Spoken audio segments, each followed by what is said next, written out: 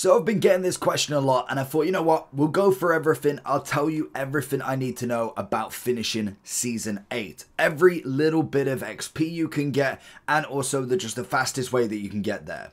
So as you can see, to be honest, I take it relatively easy because the big thing is if you play this game semi-daily, maybe every other day, and you can focus on the objectives, you'll get there eventually. You do not need the 40 days or whatever the amount of days it was to get to the end because they boost towards the end anyway.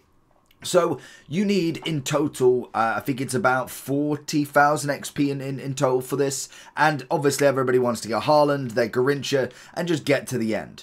So there is many ways of getting XP. The first way, which is the easiest way everybody knows, is through objectives. So for instance, we've got this one. If you've not seen it now, then obviously you've missed it. I personally didn't bother with all of it, but there was 1,200 XP to get here. This was at the very start on the Thursday, and you could have done it on the, I think it was the 11th, the 12th, and the 13th.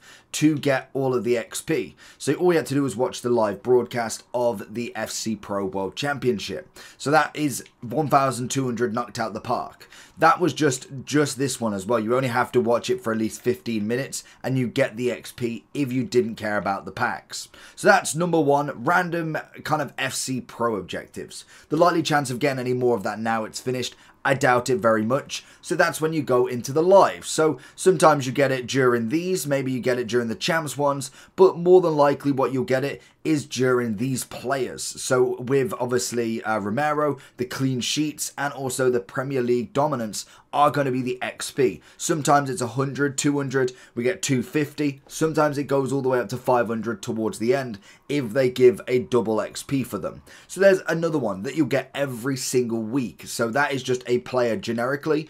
Then you obviously have got different cups and different objectives we get in the live section that can give XP as well. It's very uncommon with the live side, but it can happen as obviously we see it with the player every week. The main one is going to be during the seasonal. So the big thing with this is the daily objectives and then the weekly objectives. Normally the weekly is pretty standard across the board. 2 daily completionists, which is going to be this one basically. Finish that twice. Then you've obviously got the score 10, assist 3, completed SBCs and playing 5 and 10. You'll get yourselves a good chunk of change every single time you do it. So that's a massive way straight off the bat. Like, it's not the only way, but it's a huge way that helps, as every single objective here is 400. And like I said with the daily, if you wanted to just go ahead and score 3 and win 1, you could do it in one match, any game mode. You could do it beginners squad battles. You're going to get yourselves, what, 125 XP. That will ramp up towards the end as well, so it does give you more as you go forward. With this season, we are seeing some more footies cards. So as you can see with Alex Scott, we get an extra, what, 800 in total.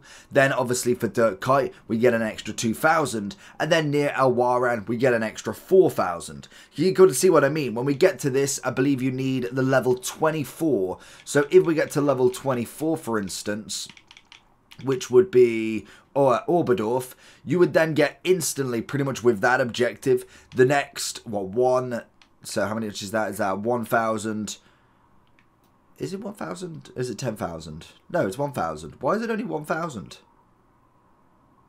Oh. Oh, okay, I see what you mean. So every... No, is everything 1,000?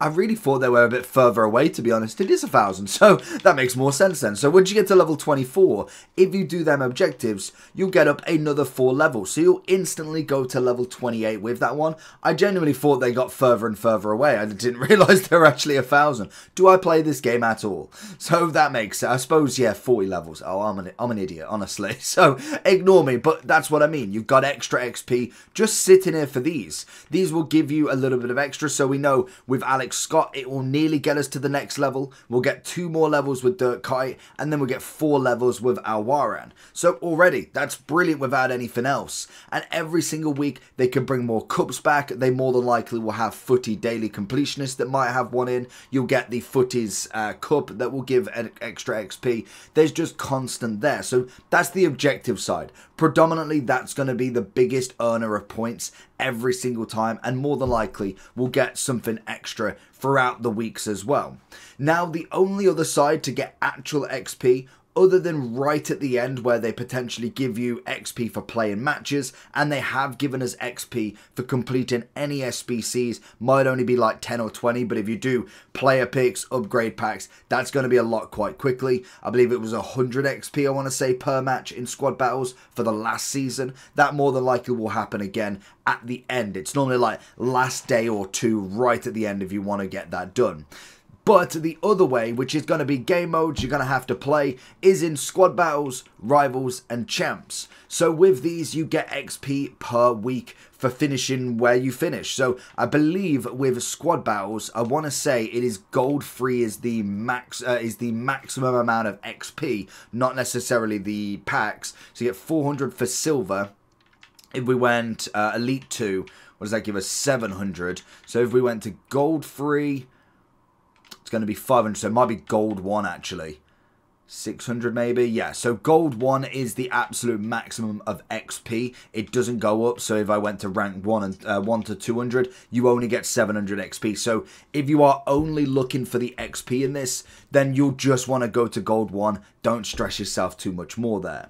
Then obviously if we go into rivals, this is another big one. At the minute I think I've been downgraded again to Division 3. I believe with this one you get a whopping, if you go all the way, 700 there. Is that for the 7 wins?